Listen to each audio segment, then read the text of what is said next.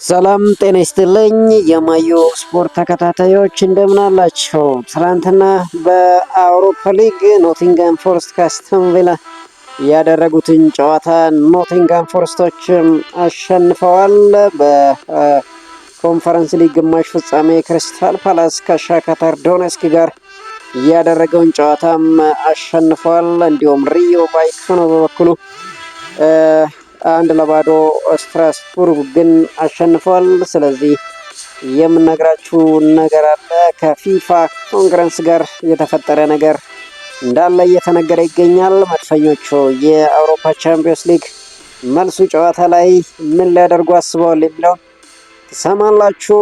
የፈረንሳይ ሊግ ከሊጋቸው ውጭ የሚጫወቱ የፈረንሳይ ምርጥ ተጫዋቾችን ይፋ አድርገዋል። እነማን ናቸው? የምትሰሙት ነገር ይኖራል። የአመቱ ምርጥ ተጫዋች በፈረንሳይ ሊግም ማን ይሆናል የሚለው የሚጠበቀው ጉዳይ ነው። በአሰልጣኝ ዘርፍም እጩዎች ተዘርዝረዋል። ይህንን ሰማላችሁ። በማንቸስተር ሲቲ ቤት የወሩ ምርጥ ተጫዋች ታውቋል። ማን ነው? የምነግራችሁ ነገር አለ። ስለ ክሪስቲያኖ ሮናልዶ አዲስ ነገር ይዘናል። የምትሰሙት ነገር ይሆናል። ማዮ ስፖርትን ሰብስክራይብ አድርጉ። ቪዲዮ ላይክ አድርጋችሁ ጀምሩ። እንግዲህ በቅድሚያም ትላንትና ወደ ተደረጉ የአውሮፓ ሊግ እና ኮንፈረንስ ሊግ ጨዋታ እናልፋለን። እንግዲህ በአውሮፓ ሊግ ግማሽ ፍጻሜ ኖቲንጋም ፎረስት አስተን ቪላን 1-0 በሆነ ውጤት ማሸነፍ ችሏል። ከክሪስ ውድ ኖቲንጋም ፎረስት ያሸነፈበትን ብቸኛ ግብ በፍጹም ቅጣት ምት ማስቆጠር ችሏል። በሌላ የአውሮፓ ሊግ ግማሽ ፍጻሜ ብራጋ ከፍሬቡርግ ጋር ያደረገው ጨዋታ 2-1 በሆነ ውጤት አሸንፏል። በኮንፈረንስ ሊግ ግማሽ ፍጻሜ እንግዲህ ክሪስታል ፓላስ ሻክታር ዶኔስክን 3-1 አሸንፎ ጥሩ መደላደል ፈጥሯል። ሪዮ ቫይካኖ በበኩሉ በስትራስቡርግን 1-0 በሆነ ውጤት ማሸነፍ ችሏል። እንግዲህ ኖቲንጋም ፎረስቶች ዘንድሮ ድንቅ እንቅስቃሴ እያደረጉ ይገኛሉ። መጀመሪያ ለወራጅ ቀጠና ቀርበው የተገኙት ኖቲንጋም ፎረስት አሁን ከወራጅ ቀጠናውም ርቀው በፕሪሚየር ሊግ ይገኛሉ። በአውሮፓ ሊግም እንግዲህ ድንቅ እንቅስቃሴ እያደረጉ እንደሚገኙ ታውቋል። እንግዲህ ዛሬ በእንግሊዝ ፕሪሚየር ሊግ በርንሌ ከሊድስ ጋር የሚያደርጉት ጨዋታ አለ። በርንሌ እንግዲህ መውረዱን አረጋግጧል። ሊድስ ዩናይትድ ደግሞ ድንቅ እንቅስቃሴ እያደረገ ቢገኝም በኤፍኤ ካፕ በቼልሲ ተሸንፎ ከውድድሩ ውጭ ሆኗል። ዛሬ የሊግ ጨዋታቸውን ሲያደርጉ በርንሌ እንግዲህ አሰልጣኙን በይፋ አሰናብቷል። አሰልጣኙ ማሰናበት ብቻ ሳይሆን እንግዲህ በርንሌ ከሊጉ መውረዱን ባለፈው አረጋግጦ ዛሬ ጨዋታውን የሚያደርግ ይሆናል። እንግዲህ ሊድስ ዩናይትድ የወራጅ ቀጠና ስጋት እንኳን የለበትም። ነገር ግን ጥሩ ውጤት ለማስመዝገብ ዛሬ እንግዲህ ወደ አሸናፊነት ለመመለስ የሚያደርገው ጨዋታ የሚጠበቅ ጉዳይ ነው። እንግዲህ ከፕሪሚየር ሊጉ መውረዱ ያረጋገጠው በርንሌ ከአሰልጣኝ ስኮት ፓርከር ጋር መለያየቱን ይፋ አድርጓል። የ41 ዓመቱ አሰልጣኝ ስኮት ፓርከር ከበርንሌ ጋር በጋራ ስምምነት መለያየታቸው ይፋ ተደርጓል። አሰልጣኝ ማይክ ጃክሰን በቀሪ 4 የፕሪሚየር ሊግ ጨዋታዎች በርንሌን የሚመራ ይሆናል። አሰልጣኙ ከዚህ በፊት በ2021-22 አሰልጣኝ ሻን ዳይከን ሲለቁ በጊዜያዊነት ቡድኑን መርተው ነበር። አሁን እንግዲህ ቡድኑን 4 ጨዋታ የሚመሩ ይሆናል። ሌላው እንግዲህ የፕሪሚየር ሊግ የወሩ ምርጥ ተጫዋች እጩዎች ይፋ ተደርጓል። እንግሊዝ ፕሪሚየር ሊግ የ25-26 የወር የውድድር ዘመን የወርሃ ሚያዝያ የወሩ ምርጥ ተጫዋች እጩዎች ይፋ ተደርገዋል። በዚህም መሰረት ጃራድ ቦዌን ከዌስትሃም ዩናይትድ፣ ኒኮ ሬሊ ከማንቸስተር ሲቲ፣ ሪያን ቸርኪ ከማንቸስተር ሲቲ፣ ጊብስ ዋይት ከኖቲንጋም ፎረስት፣ ፓስካል ግሮፕ፣ አካፎር፣ ማብሮ ፓኖስ እና ስኮት በእጩነት ቀርበዋል። እንግዲህ የወሩ ምርጥ ተጫዋች ማን ይሆናል የሚለው በጉጉት የሚጠበቀው ጉዳይ ነው። የቀድሞ የማንቸስተር ዩናይትድ ተጫዋች አሽሊ ያንግ ጫማውን መስቀሉን በይፋ አስታውቋል። እንግሊዛዊ የመስመር ተጫዋች አሽሊ ያንግ የ23 ዓመታት ከቆየበት እግር ኳስ ህይወት ራሱን ማግለሉን ይፋ አድርጓል። አሽሊ ያንግ በእግር ኳስ ህይወቱ 485 የፕሪሚየር ሊግ ጨዋታዎችን አድርጓል።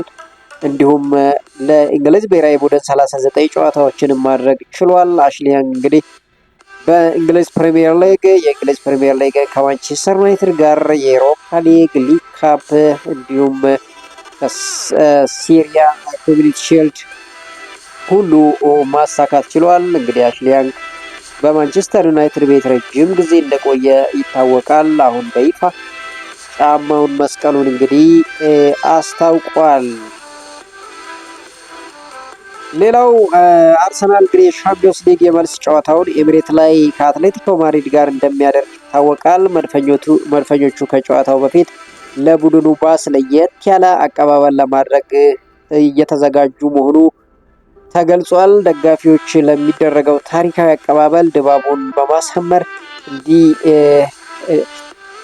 እንዲገፉም ጥሪ ቀርቦላቸዋል። የመጀመሪያ ዙር ጨዋታ እንግዲህ 1-1 በሆነ ውጤት መጠናቀቁ ይታወቃል። አርሰናል በቻምፒየንስ ሊጉ ተከታታይ 13 ጨዋታዎች ሳይሸነፍ የተጓዘ ሲሆን ለመጨረሻ ጊዜ ይህን ባደረገ ዓመት ለፍጻሜ እንደደረሰ ይታወቃል። እንግዲህ ዘንድሮም ለፍጻሜ ይደርሳል ተብሎ ይጠበቃል። ታዲያ ለአትሌቲኮ ማድሪድ ድንቅ አቀባበል ሊያደርጉ ማሰባቸው እየተነገረ ይገኛል። የፈረንሳይ ሊግ የ25-26 የውድድር ዘመን የዓመቱ ምርጥ ተጫዋች 5 እጩዎች ይፋ ሲደረጉ ኡስማን ዴምቤሌ፣ ቪቲኒያ እና ኑኖ ሜንዴዝ ከፒኤስጂ ተመርጠዋል። ሜሰን ግሪንውድ እና ፍሎሪያን ሆውሰን ከሌንስ በእጩነት ቀርበዋል። እንግዲህ የዓመቱ የፈረንሳይ ሊግ ምርጥ ተጫዋች ማን ይሆናል የሚለው በጉጉት የሚጠበቀው ጉዳይ ነው። በተያያዘ ዜና በፈረንሳይ ሊግ የ25-26 የውድድር ዘመን የዓመቱ ምርጥ አሰልጣኝ 5 እጩዎች ይፋ ሲደረጉ ሉዊስ ኤንሪኬ ከፒኤስጂ፣ ፓውሎ ፎንሴካ ከሊዮን፣ ብሩኖ ጌኒሲዮ ከሊል፣ ፓንቲሎኒ ከሎሬት እንዲሁም ፔሬስ ሳጌ ከሌንስ በእጩነት ቀርበዋል። እንግዲህ ማን የዓመቱ የፈረንሳይ ሊግ ምርጥ አሰልጣኝ ይሆናል የሚለው በጉጉት የሚጠበቀው ጉዳይ ነው። እንግዲህ የውድድር ዓመቱ ምርጥ በሌላ ሊግ የሚጫወት የፈረንሳይ ተጫዋቾች 5 እጩዎች ይፋ ተደርገዋል። ኪሊያን ምባፔ፣ ሁጎ ኤኪቲኬ፣ ዊሊያም ሳሊባ፣ ሪያን ቼርኪ እና እንግዲህ ኦሊሴ በእጩነት መቅረብ ችለዋል። እንግዲህ የፈረንሳይ ተጫዋቾች ከፈረንሳይ ውጭ ድንቅ እንቅስቃሴ እያደረጉ ይገኛሉ። እንግዲህ ማይክል ኦሊሴ በባየር ሙኒክ ቤት ታምርን እያሳየን ይገኛል። ሪያን ቼርኪ በማንቸስተር ሲቲ ቤት፣ ሁጎ ኤኪቲኬ እስከተጎዳበት ድረስ በሊቨርፑል ቤት እንቅስቃሴ ሲያደርግ ቆይቷል። ኪሊያን ምባፔ በአውሮፓ ቻምፒዮንስ ሊግ ከፍተኛ ጎል አስቆጣሪ ነው። በሪያል ማድሪድ ቤትም ድንቅ እንቅስቃሴ በግሉ እያደረገ ይገኛል። ዊሊያም ሳሊባ በአርሰናል ቤት እንግዲህ አርሰናል እዚህ እንዲደርስ ከገብርኤል ማጋሌሽ ጋር ድንቅ ጥምረት አድርጎ እያስመለከተን ይገኛል። እነኛ 5 ተጫዋቾች እንግዲህ ከፈረንሳይ ሊግ ውጭ የሚጫወቱ የፈረንሳውያን ናቸው። በዓለም ዋንጫ እንግዲህ ይደምቃሉ ተብሎ የሚጠበቁ ተጫዋቾች እንደሆኑ ይታወቃል። ታዲያ ከነኚህ ተጫዋቾች የዓመቱ ምርጥ ማን ይሆናል የሚለው በጉጉት የሚጠበቀው ጉዳይ ነው። እንግዲህ ከሁሉም ግን የማይክል ኦሊሴ ጉዳይ ሚዛን የሚደፋ ይሆናል። በተለይ የአውሮፓ ቻምፒዮንስ ሊግን የሚያነሱ ከሆኑ ባየር ሙኒኮች ማይክል ኦሊሴ አለምንም ጥርጥር ከፈረንሳይ ውጭ የሚጫወት ምርጥ ተጫዋች እንደሚሆን ምንም ጥርጥር የለውም። ሪያን ቼርኪ በማንቸስተር ዩናይትድ ሲቲ ቤት ድንቅ እንቅስቃሴ እያደረገ እንደሚገኝ ይታወቃል። እንግዲህ ማን ይሆናል የሚለው በጉጉት ይጠበቃል። በአሰልጣኝ ፔፕ ጋርዲዮላ የሚመራው ማንቸስተር ሲቲ የወርሃ ሚያዝያ የወሩ ምርጥ ተጫዋቹን ይፋ አድርገዋል። በዚህም መሰረት እንግዲህ የመስመር ተጫዋቹ ኒኮ ሬሊ የሚያዝያ የወሩ ምርጥ ተጫዋች ተብሎ መመረጥ ችሏል። ኒኮ ሬሊ በወሩ ባደረጋቸው ጨዋታዎች 1 ግብ አስቆጥሮ 1 ለግብ የሆነ ኳስ አመቻችቶ አቀብሏል። ኒኮ ሬሊ ማንቸስተር ሲቲ በካራባኦ ካፕ አርሰናልን ሲያሸንፍ ምን አይነት እንቅስቃሴ እንዳደረገ ተመልክተናል። እንግዲህ የማንቸስተር ሲቲ ምርጥ ተጫዋች ሆኖ ተመርጧል። በተያያዘ ዜና የሪያል ማድሪድ የወሩ ምርጥ ተጫዋች እጩዎችም ይፋ ተደርገዋል። በአሰልጣኝ አርቤሎዋ የሚመራው ሪያል ማድሪድ የወርሃ ሚያዝያ የወሩ ምርጥ ተጫዋች እጩዎችን ይፋ አድርጓል። በዚህም መሰረት ቪኒሲየስ ጁኒየር፣ ፌዴ ቫልቬርዴ፣ አርዳ ጉለር፣ ጁድ ቤሊንግሃም እና አንቶኒዮ ሩዲገር የወሩ ምርጥ ተጫዋች እጩ ሆነው መቅረብ ችለዋል። እንግዲህ የወሩ ምርጥ ተጫዋች ማን ይሆናል የሚለው በጉጉት ይጠበቃል። በሪያል ማድሪድ ቤት ስንቆይ እንግዲህ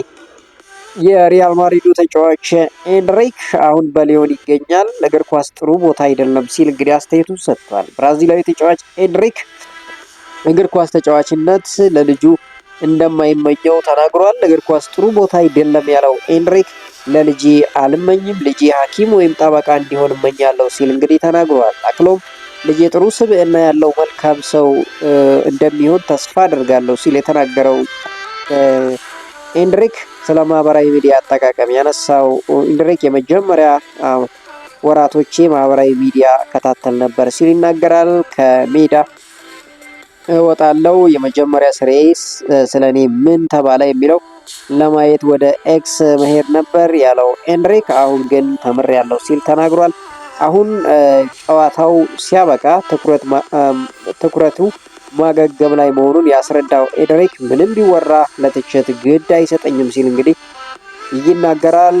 እግር ኳስ ግን በጣም መልካሙ ቦታ እንዳልሆነ እየተናገረ ይገኛል። በአውሮፓ ቻምፒዮንስ ሊግ እንግዲህ ድንቅ እንቅስቃሴ ያስመለከቱንም ፒኤስጂ እና ባየር ሙኒክ እንዲሁም አርሰናል አትሌቲኮ ማድሪድ በሳምንቱ መጨረሻ እንግዲህ የተደረጉ ጨዋታ ናቸው። ታዲያ በሳምንቱ አጋማሽ የተደረጉትን የአውሮፓ ቻምፒዮንስ ሊግ ጨዋታዎች ተከታትሎ ከቅርቡ እጩዎቹ ውስጥ የሳምንቱ ምርጥ ተጫዋች ይፋ ተደርጎ ተለይቷል። በዚህም መሰረት የፒኤስጂ በፊት መስመር ተሰላፊ ኡስማን ዴምቤሌ ሳምንቱ የአውሮፓ ቻምፒዮንስ ሊግ የመጀመሪያ ዙር ምርጥ ተጫዋች ተብሎ መመረጥ ችሏል። ዴምቤሌ ከፒኤስጂ ባየር ሙኒክን 5-4 ሲያሸንፍ 2 ጎሎችን አስቆጥሯን ለግብ የሆነ ኳስ አመቻችቶ ማቀበሉ ይታወሳል። አንቷን ግሪዝማን ሌላኛው እጩ መሆኑ የቻለ ተጫዋች ነው። እንግዲህ ኡስማን ዴምቤሌ በጨዋታው ኮከብ ነበር። በአርሰናልና በአትሌቲኮ ማድሪድ ጨዋታ መሀል ደግሞ አንቷን ግሪዝማን ሌላኛው እጩ የጨዋታ ኮከብ ነበር። ሁለቱ ፈረንሳውያን እንግዲህ እርስ በርስ ተወዳድረው ኡስማን ዴምቤሌ በልጦ የሳምንቱ ምርጥ ተጫዋች መሆን ችሏል። እንግዲህ በማንቸስተር ዩናይትድ ቤት ሰሞኑን የኮቢ ማይኖ ጉዳይ በተደጋጋሚ አንስተነዋል። እንግዲህ 1 ዓመቱ ኮቢ ማይኖ በማንቸስተር ዩናይትድ ቤት እስከ 2030 የሚያቆየውን ፊርማ ፈርሟል። ታዲያ ኮቢ ማይኖ ለማንቸስተር ዩናይትድ ከፈረመ በኋላ ዩናይትድ በቀጣይ ለትልቅ ዋንጫዎች እንዲፎካከር ለመርዳት ዝግጁ ነኝ ሲል ይናገራል። ማንቸስተር ዩናይትድ ቤት ኮንትራቱን ያራዘመው ኮቤ የክለቡ ፍሬ በመሆኑ እንደሚኮራ ይገልጿል። ከማንቸስተር ዩናይትድ ስለሆንኩኝና ይህንን ክለብ ለመወከል እኮራለሁ፣ ሁልጊዜም የኔ ክለብ ይሆናል ሲል ኮቢ ማይኖ ተናግሯል። በየቀኑ ህልሙን ስለመኖር በጣም ደስተኛ ነኝ ያለው ማይኖ በዚህ ክለብ ስኬታማ የመሆን የልጅነት ህልም አሁንም አለ ሲል ተደምጧል። አክሎም ማንቸስተር ዩናይትድ በመጪዎቹ ዓመታት በተከታታይ ለትልቅ ዋንጫዎች እንዲፎካከር ለመርዳት ቆርጫለሁ ሲል እንግዲህ ኮቢ ማይኖ ተናግሯል። እንግዲህ ማንቸስተር ዩናይትድ የዚህን ድንቅ ወጣት ተጫዋች ኮንትራት ማራዘሙ መልካሙ ዜና እንደሆነ ይነገራል። ሌላው እንግዲህ በማንቸስተር ዩናይትድ ቤት መልካሙ ዜና የማቲያስ ኩኛ ወደ ልምምድ መመለሱ ነው። እንግዲህ ማንቸስተር ዩናይትድ ከሊቨርፑል ጋር ከባድ ጨዋታ እሁድ ዕለት ያደርጋል በኦልድ ትራፎርድ። ለዚህ ጨዋታ እንግዲህ ይደርሳል ተብሎ የሚጠበቀው ማቲያስ ኩኛ ወደ ልምምድ መመለሱን ትላንትና ይፋ ተደርጓል። ማንቸስተር ዩናይትድ ከሊቨርፑል የሚያደርጉት ጨዋታ እሁድ ዕለት እንግዲህ በጉጉት የሚጠበቀው ጉዳይ ነው። ወደ ዝውውር ጭምጭምታ ስናልፍ ማንቸስተር ዩናይትድ የዌስትሃሙን ተከላካይ አልሃጂ ማሊክ ዲዮፍ ለማስፈረም ፍላጎት እንዳለው እየተነገረ ይገኛል። ዌስትሃም ዩናይትድ ምናልባትም ከፕሪሚየር ሊግ የሚወርድ ከሆነ የተወሰኑ ተጫዋቾች ከክለቡ ይለቃሉ ተብሎ ይጠበቃል። ታዲያ አንደኛው እንግዲህ አልሃጂ ማሊክ ዲዮፍ ነው።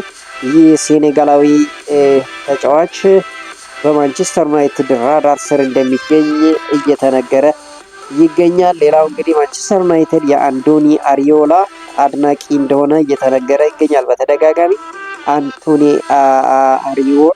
አሪዮላ እንግዲህ በርንማውዝን መልቀቃቸው ይፋ አድርገዋል። ታዲያ ክረምት ላይ እንግዲህ ማንቸስተር ዩናይትድ ማይክል ካሪክን ቋሚ የማያደርግ ከሆነ ከሚመለከታቸው አሰልጣኝ መካከል ግንባር ቀደሙ አንዶኒ አሪዮላ እንደሆነ እየተነገረ ይገኛል። ሌላው ማንቸስተር ዩናይትድ የባርሴሎናውን አሌጃንድሮ ባልዴን እንደሚፈልግ እየተነገረ ይገኛል። ማንቸስተር ዩናይትድ አሌጃንድሮ ባልዴን ምናልባት ባርሴሎና በክረምት የሚለቅ ከሆነ ለማስፈረም ፈቃደኛ እንደሚሆንና ፍላጎቱ እንዳለው እየተነገረ ይገኛል። ሌላው እንግዲህ በማንቸስተር ዩናይትድ ቤት የሜሰን ማውንት አስተያየት ይጠበቀሳል። ቀጣይ ዓመት ሊጉን ማሸነፍ እንችላለን ሲል ሜሰን ማውንት ተናገረ። እንግሊዛዊ የማንቸስተር ዩናይትድ አማካይ ሜሰን ማውንት በሚቀጥለው ዓመት ለሊጉ ዋንጫ እንደሚፎካከሩ ገልጿል።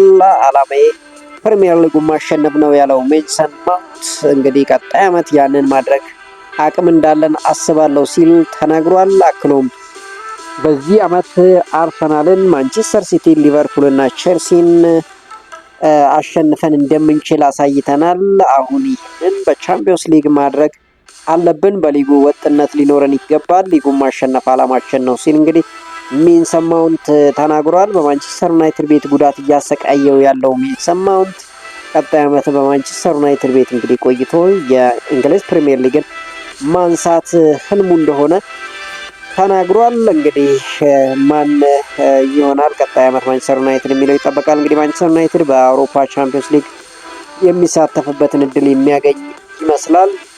በአውሮፓ ቻምፒዮንስ ሊግ እንግዲህ የሚሳተፍ ከሆነ በጥሩ ጥሩ ተጫዋቾችን ያመጣል ተብሎ ይጠበቃል። ያ ደግሞ ማንቸስተር ዩናይትድ ለፕሪሚየር ሊጉም እንደሚፋለም ይጠበቃል። እንግሊዝ ፕሪሚየር ሊግ የ25-26 የውድድር ዘመን የሚያዝያ ወር ምርጥ አሰልጣኝ እጩዎች ይፋ ሲደረጉ አሰልጣኝ ፔፕ ጋርዲዮላ፣ አሰልጣኝ ስፒሪቶ ሳንቶ፣ አሰልጣኝ ዳንኤል ፍራንክ፣ አሰልጣኝ አንዶኒ አሪዮላ፣ አሰልጣኝ ፔሬራ፣ አሰልጣኝ ፋቢያን ሃዝለር፣ አሰልጣኝ አርኒ ስሎት በእጩነት ቀርበዋል። እንግዲህ አሰልጣኝ ማይክል ካሪክ በዚህ ዝርዝር ውስጥ ሳይካተት ቀርቷል። የወርሃ ሚያዝያ ምርጥ አሰልጣኝ ማን ይሆናል የሚለው ሌላው በጉጉት የሚጠበቀው ጉዳይ ነው። የአሜሪካ ብሔራዊ ቡድን አሰልጣኝ ሞሪሲዮ ፖቼቲኖ ቃለ መጠይቅ አድርገው የተለያዩ ጉዳዮችን አንስተዋል። እንግዲህ ፖቼቲኖ በቆይታቸው ቫር በጣም ያበሳጨኛል፣ የእግር ኳስን ማንነት ቀይሮታል ሲሉ እንግዲህ ፖቼቲኖ ተናገሩ። እንግሊዝን በጣም ወዳለው፣ አንድ ቀን ወደ ፕሪሚየር ሊግ እመለሳለሁ፣ የኔ ፍልስፍና ከሊጉ ተፈጥሮ ጋር ይስማማል ሲል እንግዲህ ፖቼቲኖ ተናግሯል። የቀድሞው የቶትናም ሆትስፐር አሰልጣኝ ሞሪሲዮ ፖቼቲኖ ወደ እንግሊዝ ፕሪሚየር ሊግ መመለስ ፍላጎትና ህልም እንዳላቸው አስረድተዋል። ሎሚ ሁል ጊዜ ከቢሮዬ አይጠፋም፣ ለመመገብ ብቻ ሳይሆን ጥሩ ያልሆነ ጉልበትን ስለሚስብ ተፈጥሮ በእኛ ህይወት ላይ ትልቅ ተጽዕኖ እንዳለው በጽኑ አምናለሁ። የቼልሲ አሰልጣኝ ሁኜ በጥቂት ፊርማዎች ብቻ ነበር የተሳተፍኩት።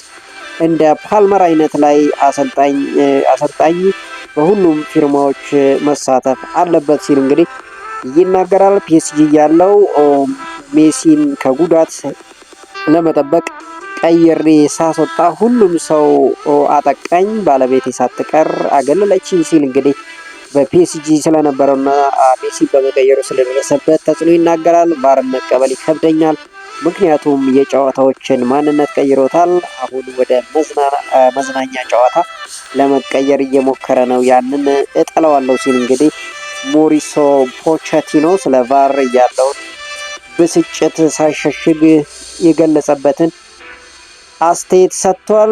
ሌላው እንግዲህ የክርስቲያኖ ሮናልዶ ጉዳይ ነው። ፖርቹጋላዊ ተጫዋች ክርስቲያኖ ሮናልዶ በሳውዲ አረቢያ ሊግ ቅሬታ እንዳለው በይፋ ተናግሯል። ከሪዮ ፈርዲናንድ ጋር ቆይታ የነበረው ሮናልዶ በሊጉ የተወሰኑ ክለቦች የሜዳ ወጪ ተጽዕኖ አላቸው ሲል ተናገረ። አሁን ስለዚህ መናገር አልፈልግም፣ በውድድር ዘመኑ መጨረሻ በግልጽ እናገራለሁ ሲል እንግዲህ ሮናልዶ ተናግሯል። ወደዚህ ሊግ ቀድሜ የመጣሁኝ እኔ ነኝ ያለው ሮናልዶ ሁሉም በዛ ምክንያት ነው የመጡት የሊጉ ዳኞች እንዲሁም እቅዱ ማከበር አለበት ሲል እንግዲህ ይናገራል። ሁሉም ሰው ዳኞችን ማክበር እንዳለበት ያሳሰበው ሮናልዶ ዳኞች ሰው ናቸው፣ ስህተት ሊሰሩ ይችላሉ፣ ተፈጥሯዊ ነው ሲል እንግዲህ ለዳኞች ተከላክሏል። ሮናልዶ አክሎም በሊጉ ያልተገቡ አስተያየቶችን የሚገድብ ሕግ እንዲወጣ የመከረ ሲሆን ካልሆነ ግን የሳውዲ ሊግ አያድግም ሲል እንግዲህ ያለውን ምልከታ ተናግሯል። ፕሪሚየር ሊግ ውስጥ ዳኞችን የምትናገር ከሆነ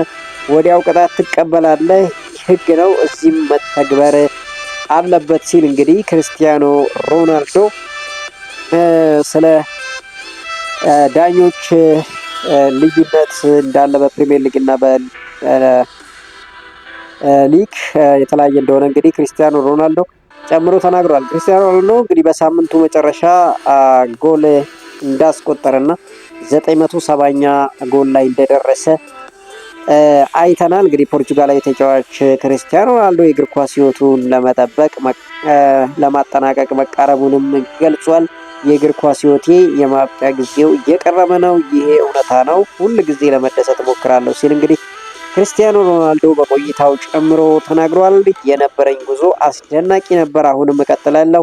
አስፈላጊው ነገር መጓዛችንን መቀጠል ነው ሲል እንግዲህ ሮናልዶ በህይወት ሁሌም ወደፊት መጓዝ አስፈላጊ እንደሆነ ጠቅሷል። ስለ ሳውዲ አረቢያ ያነሳው ሮናልዶ በሊጉ እየተፈጠረ ያለው ነገር ጥሩ አይደለም፣ በሊጉ ያለውን ሁኔታ በአመቱ መጨረሻ ነው የምናገረው ሲል ተናግሯል። አክሎም ሁሉም ሰው እየተነሳ በግል ገጹ ይጽፋል፣ ፎቶ ይለጥፋል፣ ስለ ዳኛ ያወራል፣ በአጠቃላይ ጥሩ አይደለም ሲል እንግዲህ ክርስቲያኖ ሮናልዶ ተናግሯል። ክርስቲያኖ ሮናልዶ እንግዲህ 1000ኛ ጎሉን ያስቆጥራል ወይስ ደግሞ ከወዲሁ 1000ኛ ጎሉ ላይ ሳይደርስ ጫማውን ይሰቅላል የሚለው ያው በጉጉት የሚጠበቀው ጉዳይ ነው። ግን ክርስቲያኖ ሮናልዶ በእግር ኳስ ሕይወት ያበረከተውና ያደረገውን አስተዋጽኦ ማንም ሊክደው የማይችለውና ብዙ ወጣቶች ከክርስቲያኖ ሮናልዶ ሕይወት እንደሚማሩ ምንም ጥርጥር የለውም። እንግዲህ ክርስቲያኖ ሮናልዶ በእግር ኳስ ሕይወቱ 1000ኛ ጎል ለማስቆጠር አሁን 30 ጎሎች ብቻ ይቀሩታል። እነኚህ 30 ጎሎች ሸፍኖ 1000 ጎል ላይ ይደርሳል ወይስ የሚለው በጉጉት የሚጠበቀው ጉዳይ ነው። በመጨረሻውም የዓለም ማራቶን ሪከርድን የሰበረው ኬንያዊ አትሌት ሴባስቲያን ሳዌ ከሀገሩ ሽልማት ተበረከተለት። አትሌት ሴባስቲያን ሳዌ ከቀናት በፊት የለንደን ማራቶንን 1 ሰዓት ከ59 ሰከንድ 30 ማይክሮ ሰከንድ በሆነ 1 ሰዓት ከ59 ደቂቃ 30 ሰከንድ በሆነ ሰዓት በማጠናቀቅ ሪከርድ መስበሩ አይዘነጋም። የኬንያ ፕሬዝዳንት ዊሊያም ሩቶ ትላንት ጠዋት በቤተ መንግስታቸው ለአትሌቱ የጀግና አቀባበል በማድረግ ሽልማት አበርክተውለታል። አትሌቱ ሪከርድ ለሰበረበት 5 ሚሊዮን እና ላሸነፈበት 3 ሚሊዮን አጠቃላይ 8 ሚሊዮን የኬንያ ሽልንግና መኪና የፕሬዝዳንቱ እጅ ላይ ተቀብሏል። እንግዲህ አትሌት ሴባስቲያን ሳዌ በበኩሉ ታሪካዊ ድል ያሳካበትን ጫማ ፊርማ ለፕሬዝዳንቱ ስጦታ አበርክቷል። በውድድሩ ሴባስቲያን ሳዌ እና ኢትዮጵያዊ አትሌት ዮሚፍ ቀጀልቻ ማራቶንን ከ2 ሰዓት በታች በማጠናቀቅ ታሪክ መጻፋቸው አይዘነጋም። እንግዲህ ለዚህ አትሌት አገሩ ሽልማት አበርክቶለታል። ውድ የቻናላችን ተከታታዮች ለዕለቱ ያዝንላችሁ አጫጭር ዜናዎች ይህንን ይመስላሉ። ቻናላችንን ሰብስክራይብ፣ ቪዲዮአችን ላይክ አድርጋችሁ እንድታበረታቱን በአክብሮት እንጋብዛለን። ባላችሁበት መልካም